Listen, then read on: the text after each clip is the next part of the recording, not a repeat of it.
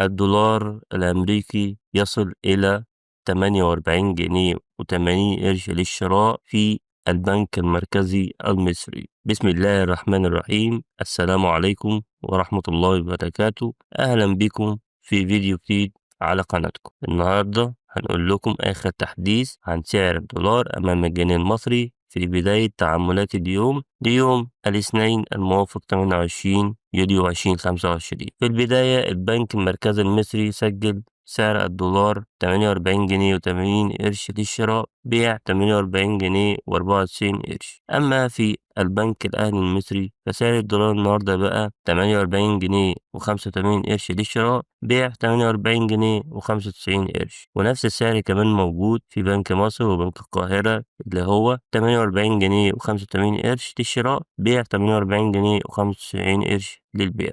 أما في البنك التجاري الدولي فسجل الدولار 48 جنيه و83 قرش للشراء، 48 جنيه و93 قرش للبيع. أما في بنك الإسكندرية الأسعار هي حيث سجل الدولار 48 جنيه و85 قرش للشراء و48 جنيه و95 قرش للبيع. يعني نقدر نقول إن الأسعار شبه مستقرة والفرق بين البنوك بسيط جدا. وده كان ملخص سريع لأسعار الدولار ليوم الاثنين الموافق 28/7/2025. لو عايز تتابع معانا كل جديد في الاقتصاد أو أسعار العملات أول بأول، ما تنساش تعمل لايك واشتراك في القناة وتفعل الجرس علشان يوصلك كل جديد. شكرا لكم وأشوفكم في فيديو جديد قريب إن شاء الله.